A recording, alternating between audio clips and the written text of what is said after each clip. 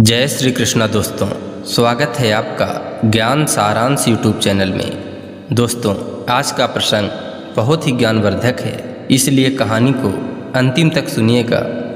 दोस्तों, एक नगर में भूख, प्यास, नींद एवं आशा नाम की 4 बहनें थीं। एक बार चारों बहनों में लड़ाई हो गई। भूख कहती कि मैं बड़ी हूँ, प्यास कहती मैं बड़ी हूँ, नींद कहती कि मैं बड़ी हूँ और आशा कहती कि मैं बड़ी हूँ। चारों इस विवाद को लेकर राजा के पास पहुँची। एक ने कहा कि मैं बड़ी हूँ, दूसरी ने कहा कि मैं बड़ी हूँ, तीसरी ने कहा कि मैं बड़ी हूँ और इसी तरह चौथी ने भी कहा कि मैं बड़ी हूँ। राजा यह सुनकर सबसे पहले भूख से कहा कि भूख, तुम बताओ, तुम कैसे बड़ी हो? तो भूख ने कहा, मैं इसलिए बड़ी हूँ क्योंकि मेरे ही कारण घर में चूल्हे जलते हैं, अच्छे अच्छे पकवान बनते हैं और जब थाली सजा कर दी जाती है तब मैं खाती हूँ, इसलिए मैं सबसे बड़ी हूँ।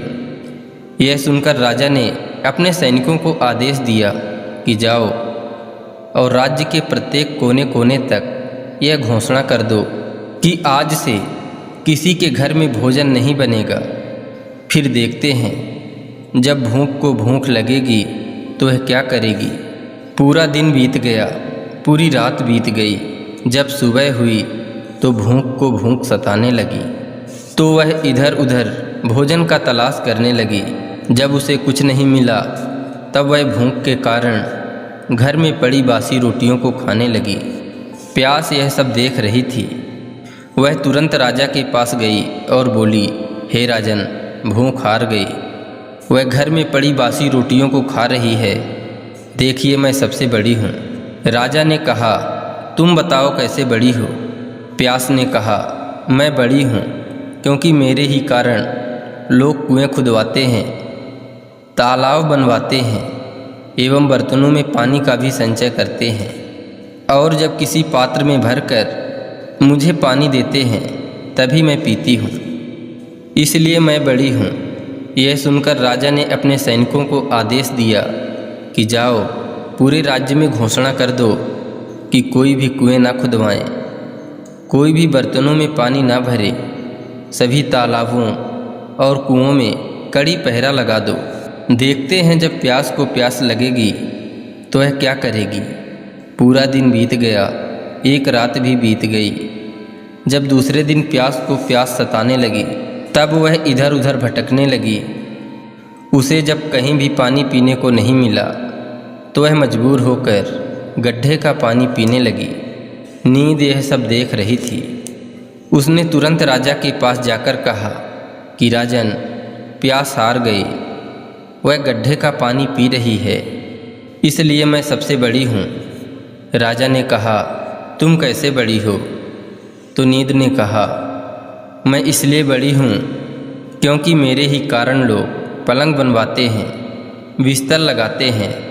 जब मुझे बिस्तर लगा कर देते हैं तब मैं सोती हूँ, नहीं तो मैं नहीं सोती हूँ। राजा ने अपने सैनिकों को आदेश दिया कि पूरे राज्य में घोषणा कर दो कि कोई भी पलंग ना बिछाए, उसमें बिस्तर ना डलवाए। नींद को जब नींद आएगी तो देखते हैं वह क्या करेगी। पूरा दिन बीत गया, आधी रात बीती तो नींद को नींद आने लगी, तो इधर उधर बिस्तर खोजने लगी। जब बिस्तर नहीं मिला तो वह मजबूर होकर ऊबड़ खाबड़ जगह पर ही सो गई। आशा यह सब देख रही थी। उसने तुरंत राजा के पास जाकर कहा कि राजन, नींद हार गई, वह ऊबड़ खाबड़ जगह पर बिना बिस्तर के ही सो गई, इसलिए बड़ी तो मैं ही हूँ। राजा ने कहा, तुम कैसे बड़ी हो?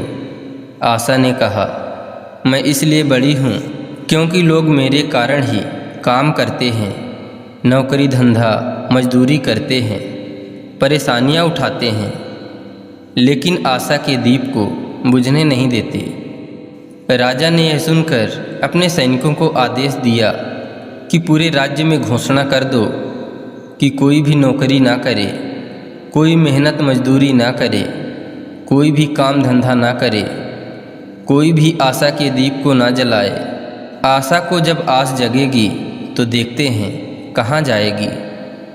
पूरा दिन बीता, आधी रात बीती, जब आशा को आस जगी तो वह इधर उधर गई, लेकिन चारों तरफ सन्नाटा था। सिर्फ एक कुम्हार टिमटिमाते दीपक के प्रकाश में काम कर रहा था। वह वहाँ जाकर टिक गई। कुम्हार ने देखा, उसका सोने का दीपक, सोने की बाती और सोने का महल बन गया। दोस्तों, जिस प्रकार कुम्हार की आशा पूरी हुई, उसी प्रकार आप लोगों की भी आशा पूरी हो। आप लोग भी आशा का दीपक प्रज्वलित कर कर्म को करते रहिए। दोस्तों, आशा करते हैं यह कहानी आपको अच्छी लगी होगी, तो इस वीडियो को एक लाइक करके चैनल को सब्सक्राइब कर लीजिए एवं कमेंट में लिख दीजिए जय श्री कृष्णा, राधे राधे।